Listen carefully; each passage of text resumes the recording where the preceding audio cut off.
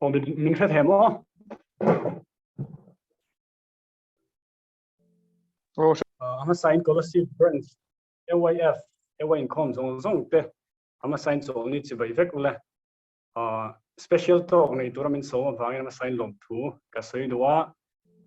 enge englam hoi nge ka seng o tin ka ngai tua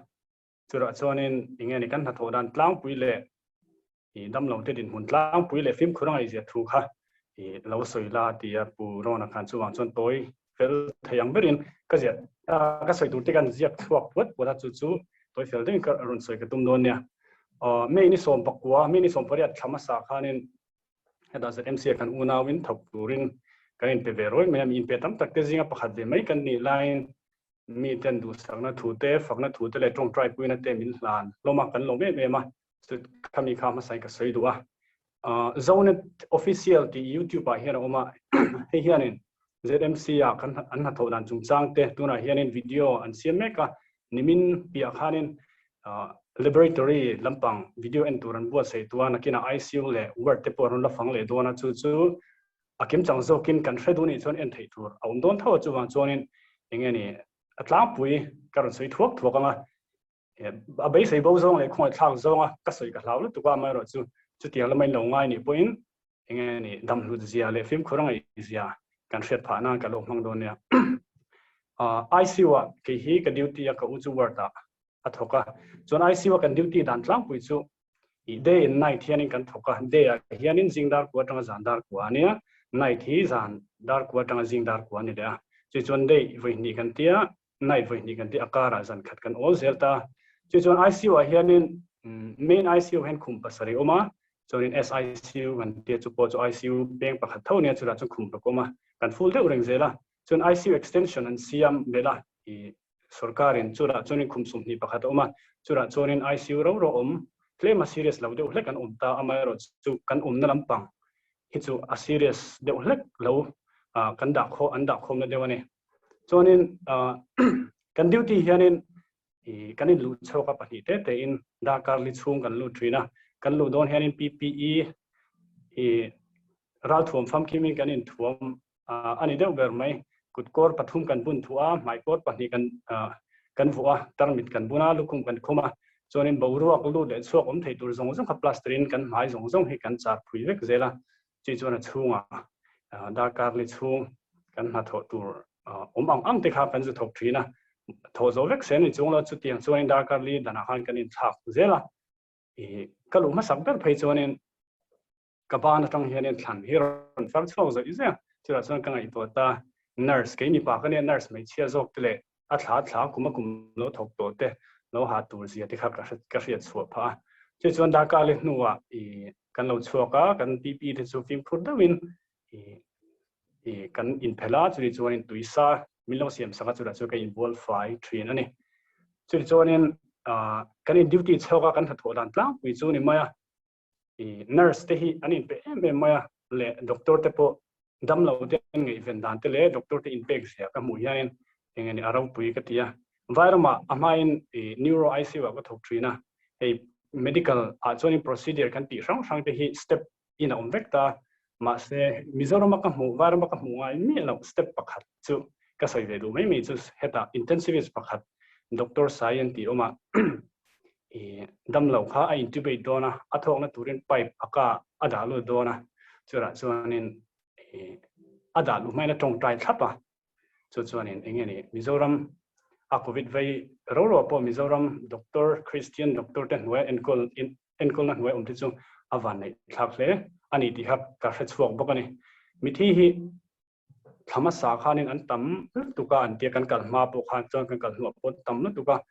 ni khata mithi panga an chang te oma chang chuanin kan voi ve thei em ani chang chuan ma se chu ti rol chuanin engeni dama ICU tang kan nok chhuat te pon be zel bok thawa ka kalma sak ber khanin ICU lu don hianin kuang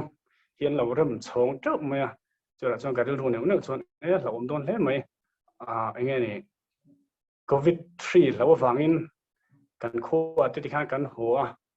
engeni tlan chiat sarin amaru sutura chona mun pui ber kanom sia lo re don le mai arin ai chonin katia ma se station kaluta chura chonin banga hianin pathian thu sam bung somwa paruk chang thung hi lian deuh hian lo tara chumi ka thiam chuanin engani karil ru kha anuam le dewa chu da chuanin sam bung sam number somwa paruk chang thuma chon ka hlo chang piangin nangma karinga che ti kha lein tar ko wa chu karon soive shrim dua chuanin damlo te hi atlang puin ICU an lo lu to hi chuanin an serious to wang lo lut an itlang pui zela khol manga thok tir deuh vek an nia atam zo khi chu wang chuanin engani a serious lampang an serious ve hlom hle ani chuanin research tina an soidan le researcher tina an soidan le hetila doctor thok tina an soidan nibok le kalo mu ve dan nibok chu covid vei ICU lo lut shrim zinga ro po engani zun thum nei te nanal lo nei lok sa zun thum nei te bp sang engani thi sen sang kan ti te le lunglam thalo ho hianin an veina an turna sabik ba kha engani an dam khan chak lo deuh bik emo ti tur khan an oma chuin tu nai hianin nau veile nau pai mek te hianin engani an dam mo bikin an soi bokani doctor ten chu tiang chuin dam lo te din hun chu nia dam lo ten khoi thak mai ba ka hian ka lo ngai to mai chu dam lo chung te hi an tan hian a hrom du don mangi o ka ti thina chan chu mania kan chung te chung la dewa kan chung te ICU an lo admit ta chunin kan chung te chuan mi lo be thina mi lo zo thina in ngai to ana du don hleng ka hria chan chu aron hu thai si lo ra la tangin eng pon ngai to ma se ral tang ba khan ma an tha thei don si lo wa vai khat chu ka duty don ICU ka lu ma hianin pona hianin polythene hianin thil pakhat engani parcel hi polythene loin funa chu da chuanin hruaia mi hi bed number 2 ta tur nia chutiang khatiang chuan atia min lo hrila chuanin thila lo in sia ka chiara chu da chuanin engani ka hnu ka ti ul tre pa chu da chuan ti hian lo in sia ka dam lo chu mai chia nia min ka soi lo menga ain zia na chan nu dam takin lo ho le ro kan ngai to lu tuk che nia ina kan om vek to nia dam takin lo ho to nia ti khan lo zia ka chumi chu anu ta turin ron thon wang ina tangin amero chu anu chu tu na engani engma sheduina la mureng thova chutiang chuanin damlo an khoi thlak ba ka damlo chung ten khoi thlak me ma kuang nor chu an ngai chia phei chuan an chung te pona hen lom thina no ta phom thina khating thang mu a so me ma an ha tho te chu engani nga ya kan nei chho ve zela amero chu mi thi han som bol le eng hetiang natna engani covid wanga an thi a engani kan han nor liam kan thla liam thin hi ingaya nei thei me lo a shom du em mani chon thil pakhat heta doctor man ni anti oma an ming ka soi zela doctor te hi chu apoi lo tura ngai la hi asoi ka hretang pakhat chu putar pakhat dam lo oma ICU ron nor lu da kuma upato lu tu kania chu ta chuanin I mask an vua NIV ingani khol ma pressure peni wang khan vua shom me ma chu tiang chu chon chu putar pa chuanin a shoma ti lu tu ka wang khan a mask kha mai ne lo in phoi thina chuan doctor chuanin chupa bula chuanin ne kapu hemi engani I mask khi ta thatur nia chuwang chuanin lo tur sam ro I thale trep tu ne chu ti khati ati amai ro chu putar chuan amata thatur ni hreng ma se shoma ti wang khan a mask kha kan hriat lo hanin lo phoi ro thini chu ra chuanin station na damlo chungchang kan soina khanin doctor man in chuan se engani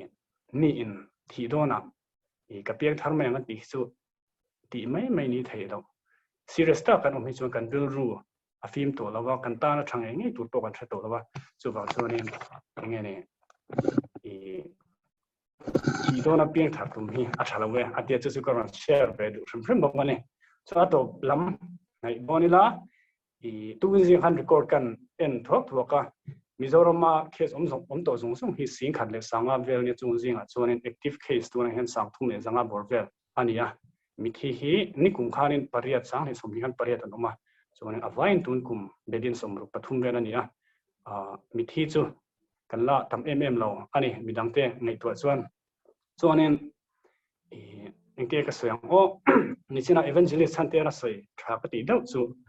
ngani philippi bungli changli kha lom ro ukati le pekthi nang lom ro uti kha dam hnu zia hi hriaila chuanin engani pathianina athlona oxygen min pek hi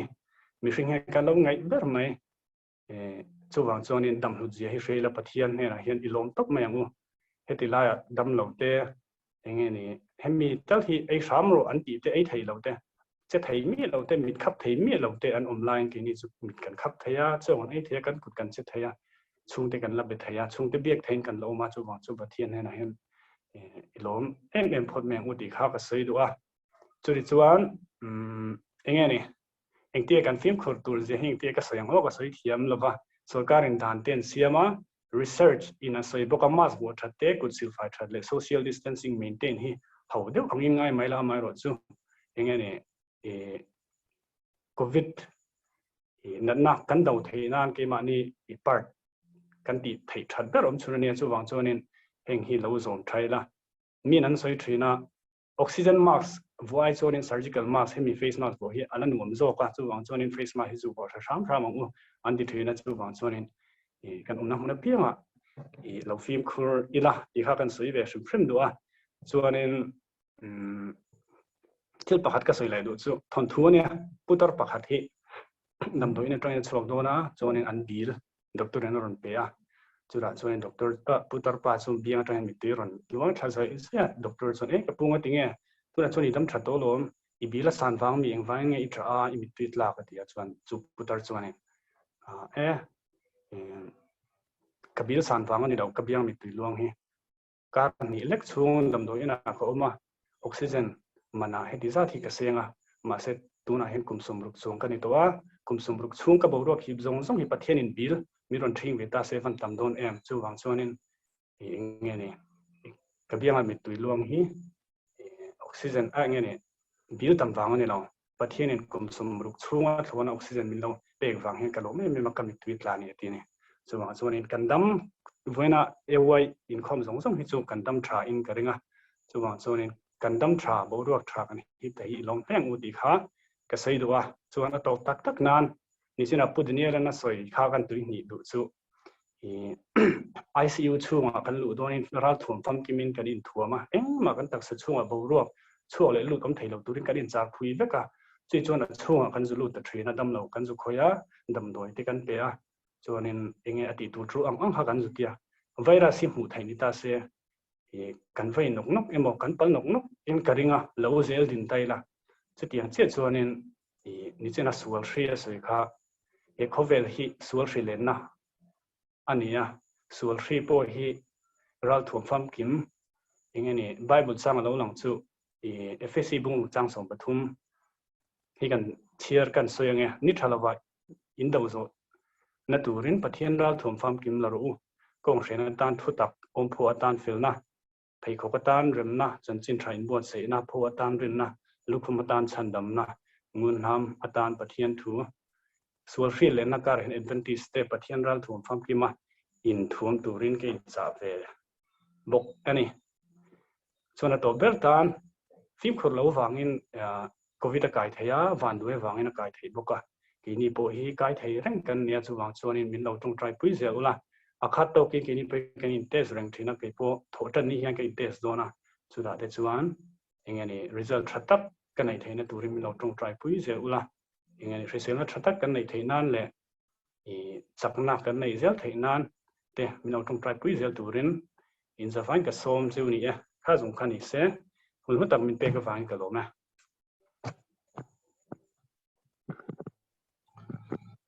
Ole arau pui le mai Tlangwal Hruaia Testimony ZMC-a theihna zong zong te